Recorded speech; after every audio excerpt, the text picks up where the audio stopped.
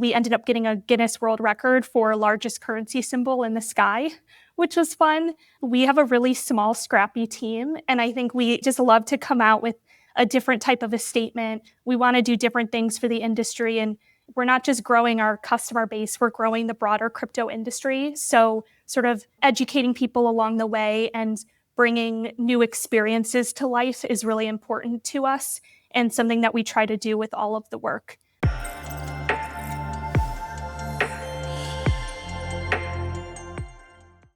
This season on Gen C, we are really focusing on core crypto brands who have kind of broken through the mainstream. That's really the primary focus of what we're doing. One of those brands is absolutely Gemini. For anyone who doesn't know, Gemini was started by Tyler and Cameron Winklevoss. I think they announced it in 2013, came out 2014 and 15, and is one of the larger brands and exchanges that are in the space right now. We asked Olivia Santarelli, their head of marketing, to come on. Olivia's really been there through almost that entire ride. They've done a lot of big and bold tactics to build their marketing. They were one of the first brands to really welcome regulation, for example, as an exchange, and do some of their advertising. They've done some wild stunts. They've done a lot of traditional performance marketing, but really wanted to talk to Olivia about how to build and set up a brand for success. And Gemini is one of those brands that's had that. So after the break, come back, listen, and get some lessons from Olivia on how to build a crypto exchange, a crypto brand, and really hear how she positions herself for success with her team. I think it's a great conversation. We'll see you right after the break. Midnight is a privacy-enhancing blockchain, introducing vital, programmable privacy and selective disclosure capabilities. It means dApps can allow users to control what information is revealed without putting sensitive data on-chain, allowing you to break free from the limitation of choosing between utility or privacy. We deserve more when it comes to privacy. Experience the next generation of blockchain that is private and inclusive by design. Break free with Midnight. Visit midnight.network/breakfree. All right, we are here with Olivia Santarelli. Olivia is the head of marketing at Gemini. So many things to talk about. Olivia, I was looking at your backstory, and you've had a kind of crazy ride up until leading the marketing team at Gemini. So give us your TLDR backstory. I'm super excited to talk to you today. TLDR, I started out my career in fashion. I worked as a blouse buyer at Anthropologie, which is part of Urban Outfitters. Worked there for a couple of years and specifically focused on e-commerce buying. And I really loved the process of looking at the results every day and sort of understanding how the creative and how the fashion was really driving the business forward. So took that experience and then pivoted into marketing. I also really wanted to be in New York. I was in Philadelphia at the time. So moved to New York and started a job at American Express on the small business team, where I was working on acquisition marketing and a couple of different roles across paid search and referrals, and really loved the experience there of working cross-functionally and driving long-term projects forward. So 6 to 12-month projects. And so that taught me a lot about collaborating and getting a lot of buy-in from different leadership teams across the company. And from there, I started to read about Bitcoin and blockchain and really loved sort of what the agency side was doing, because I was realizing that I was handing off a lot of really exciting work to agency partners to develop and felt like I wanted to really learn how to do the work and execute it on my own. So sort of knew that I wanted to get into a startup after Amex, and at that same time had been learning a lot about Bitcoin. And the role at Gemini opened up. It was a customer marketing role, and it was my first time digging into the customer side of marketing.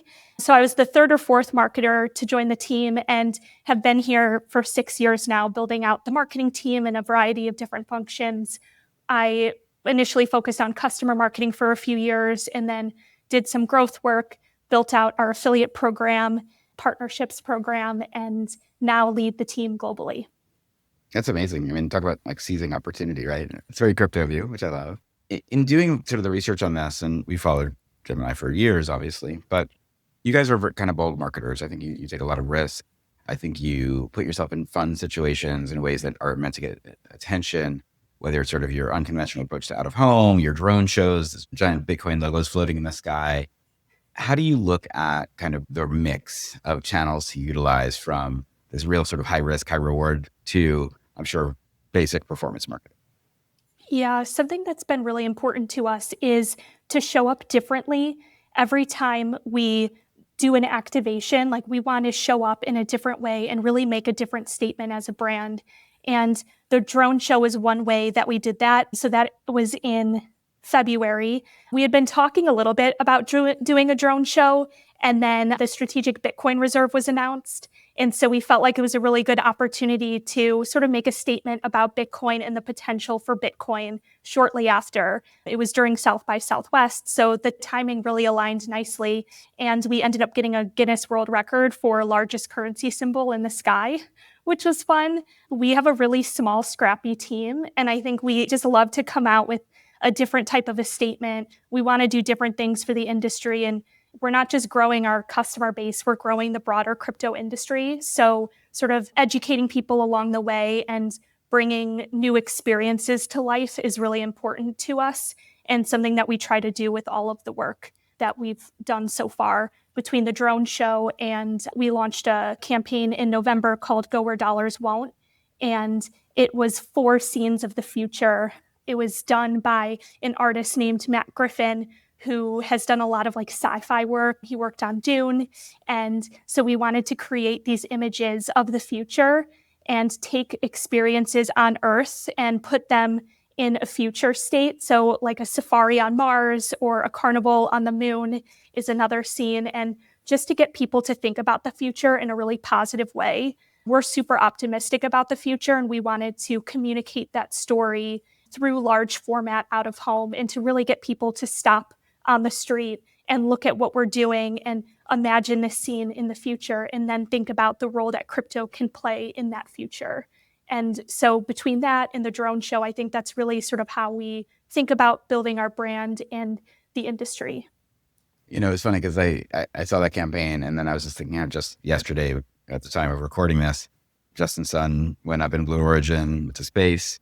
And I was like, what is crypto's fascination with leaving the planet? Like, but yes, people who have money want to do big, bold things, but was there any idea of like, is Mars symbolically representative for something within the Gemini ecosystem? Yeah, that's funny. It is a topic here a lot. Just space in general, Mars a lot. I think this idea of like growth and limitless potential, sort of being like the optimistic future builders, I think is something that we try to convey in our marketing. And it's something that we talk a lot about on the team. We share articles a lot, and I guess they are, now that I'm thinking about it, a lot of them are like space related. So there is sort of this adjacent space crypto group. Even I'm thinking about a lot of our video content on Instagram. The top performers are a lot of the short form videos that talk a lot about space. So I think it's just like this audience of technology enthusiasts and people who are sort of interested in both topics. Yeah. Well, I mean, I guess, when moon is something we talk about a lot in the crypto industry. So I was wondering, how do you look at success, right? I think that one can look at this Bitcoin drone show. It's so fun to get a Guinness Book of World Record about this currency symbol. Obviously, it's going to get a lot of attention from people seeing the videos and or seeing it in the sky itself.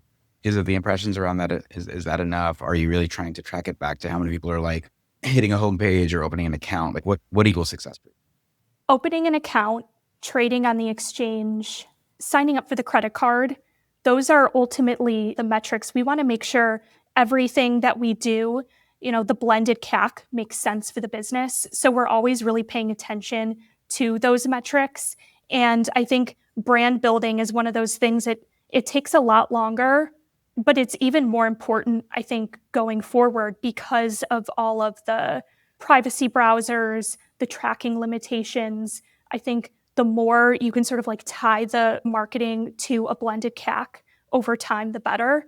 And so we always try to show the results sort of as both like we got a certain amount of impressions on social or people were talking about it in this way, and then we can tie it back to revenue or a blended CAC number.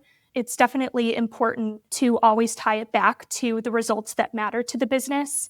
But really, I think the thing that excites me most is how many people are talking about the brand and the products and how much feedback are you getting from customers. We get a ton of feedback from customers about the Bitcoin credit card in particular. And I think it's just like really great to sort of see that organic flywheel moment happening of people reaching out to us proactively on X or on Reddit, starting to talk more about the product, because you really see that over time in the growth numbers for the business.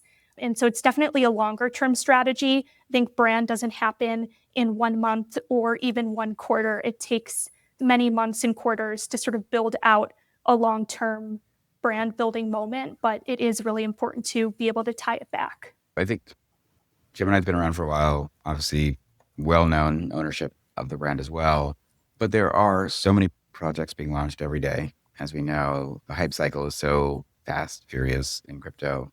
It's kind of head spinning. I don't think a lot of crypto brands take that approach that you are, which is like, how do we look more long-term and want to be here beyond the hype? How do you talk to your team about, like, in a world that's so saturated with this noise, how do we stand above? And is that really about like continually focusing on, we are financial technology pushing the future? Like, what's your rallying cry to the team? That's a good question. It's hard to not engage in the sort of FOMO price hype, but I think it's really important to not do that in a lot of ways. Like, certainly sometimes we'll comment on it or we all like post about it, but on our own. But I think as a brand, like, we really want to educate people. We want to bring the crypto curious crowd into the industry. And so to do that, it's more about the long-term value of Bitcoin and the benefits of it. We've been focusing a lot on the credit card product because that's a really seamless way into crypto. You are just using the credit card on everyday purchases. You're buying things with USD and you're earning Bitcoin back. And then that's an investment that you're making over the long term, little by little, rather than buying when the price is at a certain number. Just that sort of dollar cost averaging through everyday activities is something that we try to focus on with our marketing. And it's a lot easier to do when we're talking about the credit card. We try not to engage in a lot of the hype. We see it happening, but I think really like bringing people in for the long term and focusing on sort of the dollar cost averaging of the credit card product is the thing that we're thinking about the most.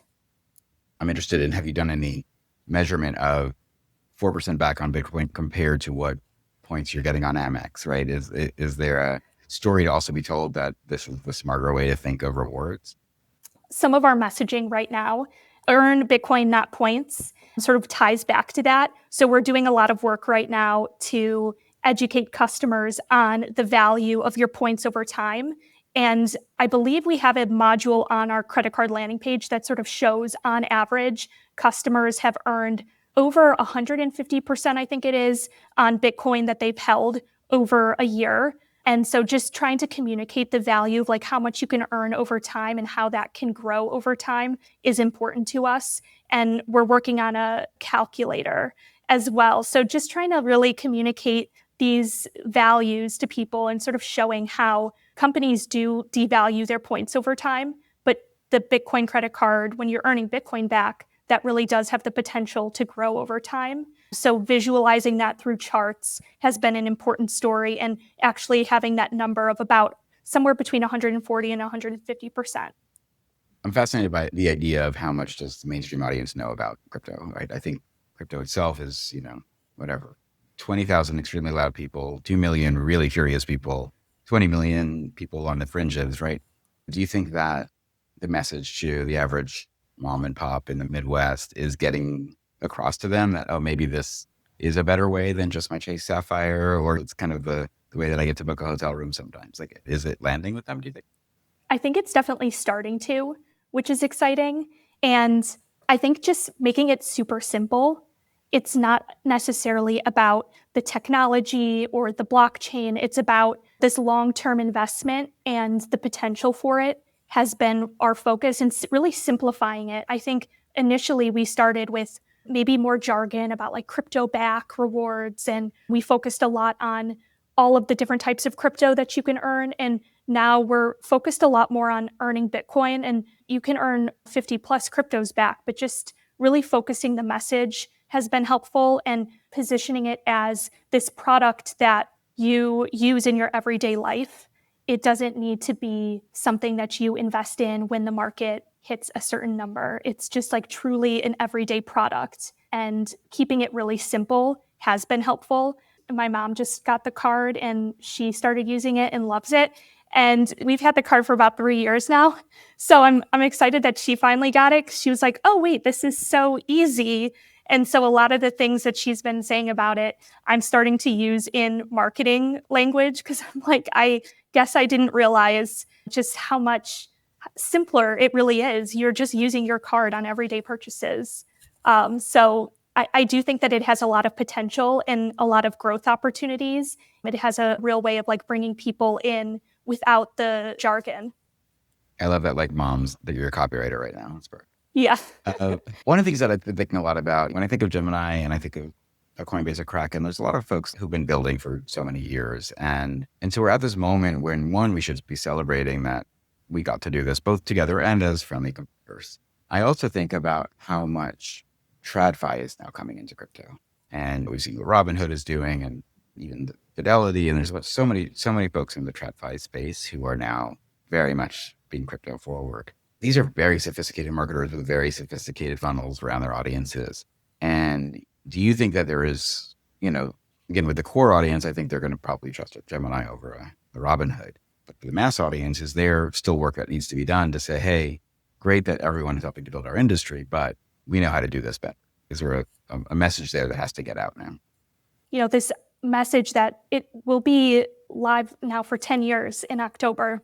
So to sort of show the longevity of Gemini and how long we've been here and we're crypto native, we've been advocating for thoughtful regulation from the beginning. We have this really seamless user experience. You can do everything in our app from buying crypto to using your credit card product. It's a super seamless experience, and we don't want to make you feel confused about what crypto is. We want to really simplify it for you. So I think that that's been an important message that we're trying to get across. And I think that comes with more of this brand work, more out of home, more video content that communicates that. But there are a lot more competitors coming into the space. And just to keep positioning ourselves as somebody that's been around through all of the cycles and with this user experience that's super seamless with an incredible custody product. That's sort of the foundation of our brand is institutional grade custody. And that's so important in crypto. Those things will set us apart now and will continue to set us apart even as more competitors enter. That makes sense. You talked about regulation. I remember you guys had a campaign. Was it like the Revolution Needs Rules? Was that the campaign like 5 or 6 years ago? Which I thought, again, is a bold statement for, almost inviting regulation, right? And so that was a very cool campaign at a time when maybe some folks didn't want to talk about the regulation in our world. Like, let's fast forward. Look at the last year out of Washington and all that's happened. Are you looking now and saying, well, the revolution now has rules, or like, and we did it, or like, how are you looking at it through the lens of what's been going on in Washington? I don't want to jinx it or I don't want to speak too soon, but just in the last couple of weeks, I feel that way for sure. Our campaign, Revolution Needs Rules, launched in 2019 when I first joined Gemini. And that was just this really almost a crazy thing to say at the time, that the revolution needs rules. It was a super bold statement in that era. And we actually had billboards on Wall Street that said that. And then we just launched our campaign on Wall Street again, the Go Where Dollars Won't campaign. We launched it on Wall Street about a month ago. So it was really fun to sort of like revisit the same spot 5+ years later in this new era where there are more rules and there is a ton of progress over the last few months. And even the initial campaign in November, Go Where Dollars Won't, we launched it the day before the election. And that was a really important moment for us because crypto was part of the national conversation for the first time, really, and particularly in politics. And so to be able to be out there and have this like bold statement in this moment was important. And so it feels like it's almost full circle now to have said those messages before and then now to sort of see the progress that's been made. And is the positioning within the organization that we have to always continue to push forward, continue to deepen our relationships with the people who are making these roles and let them really understand what it is to be a crypto company and really a crypto first country? I mean, it sounds like Bo Hines last week, right, in one of our shows, has said, we should be the crypto capital of the planet. And I think a lot of the people now believe that. So is that part of how you guys push forward too? Definitely. There's a lot of excitement and optimism about the future of crypto in America. And we feel that internally. And it's definitely like an exciting topic and something that we want to continue to support. All right, I'm going to put you on the spot to get a little spicy. What are other crypto brands getting wrong in how they are marketing their brands, how they're building their brands? Ooh, that is spicy. You don't have to name names. I think a lot of times crypto can feel a little bit robotic or maybe a little bit like too futuristic and a little bit too technical. And so something that I think about a lot is, and I'm not super technical myself, so a lot of that messaging like doesn't necessarily resonate with me. And so I really try to think a lot about like how can we just say the most simple message and how can we educate people along the way without creating a lot of technical language or sort of like the more robotic, confusing imagery. I think that we really lean into beautiful, bold imagery. We had Matt Griffin hand drew all of our scenes of the future. And so really trying to like play in a different space there with that. And I look outside to brands that are sort of outside of crypto when I think about like what inspires me. And just because we are trying to do things a little bit differently, we definitely try to bring like a little bit of the color and the positivity to everything that we do. And there was a while that it felt like anyone who started a crypto brand really just thought like Discord and an airdrop strategy was the way to grow. And that's not really proven to be the case, with the exception of a couple key, maybe Bonk or Pepe or something has still lasted. But you can't really build a business, I think, on that kind of simple engagement hacking. Is that accurate in your mind? Correct. Yeah. I think it definitely plays a role in the community. And there's a lot of really incredible communities for these token projects that we love to engage with and support. But I think our strategy does try to go beyond that as well by doing more events and activations outside of the digital communities. One example is we went to the Bitcoin conference in Vegas a few months ago, and that was a really fun experience because we got to meet with so many people face to face that were actually like using our product. And so the more that we can get out there and actually meet people in person, get their feedback on the product, answer questions, I think that for us is really important as well, and something that we're building on more in the fall, where we just want to like meet as many people as possible and sort of take the digital to an IRL place and have those conversations in person.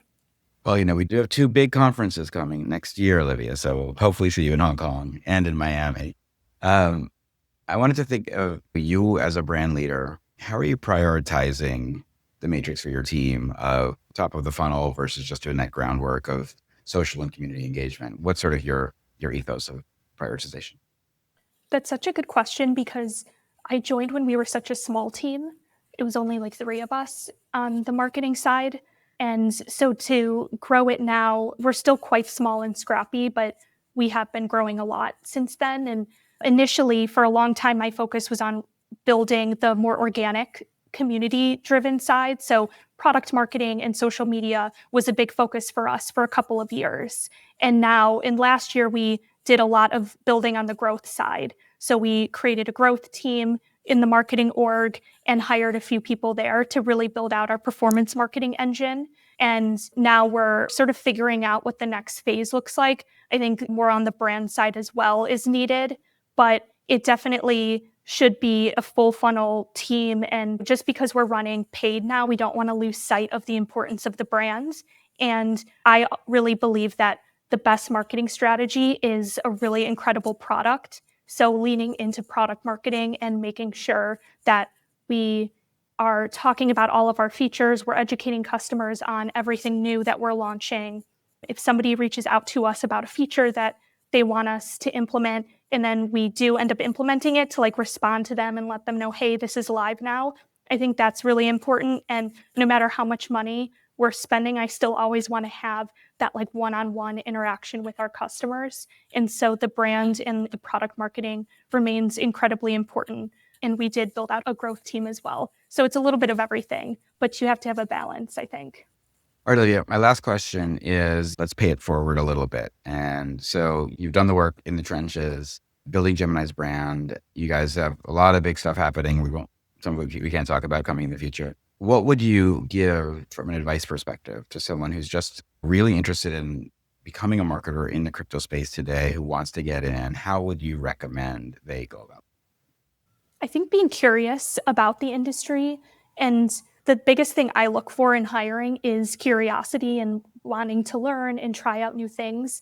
We're constantly pivoting and there's always a lot of different things going on. So somebody who's curious can really learn a lot and work on a lot of different projects. So I think that is the type of atmosphere that somebody would work best in here. So curiosity is important. And I think just getting on X or Reddit, it doesn't need to be every platform, but X is where a lot of the crypto conversations happen. So I think just being on there and starting to engage in the conversations and posting a little bit here and there, like building your own brand, I think goes a long way. And then we can start to see who's engaging and who has things to say about the industry. So I think like being on X and being curious about the industry are the two most important things.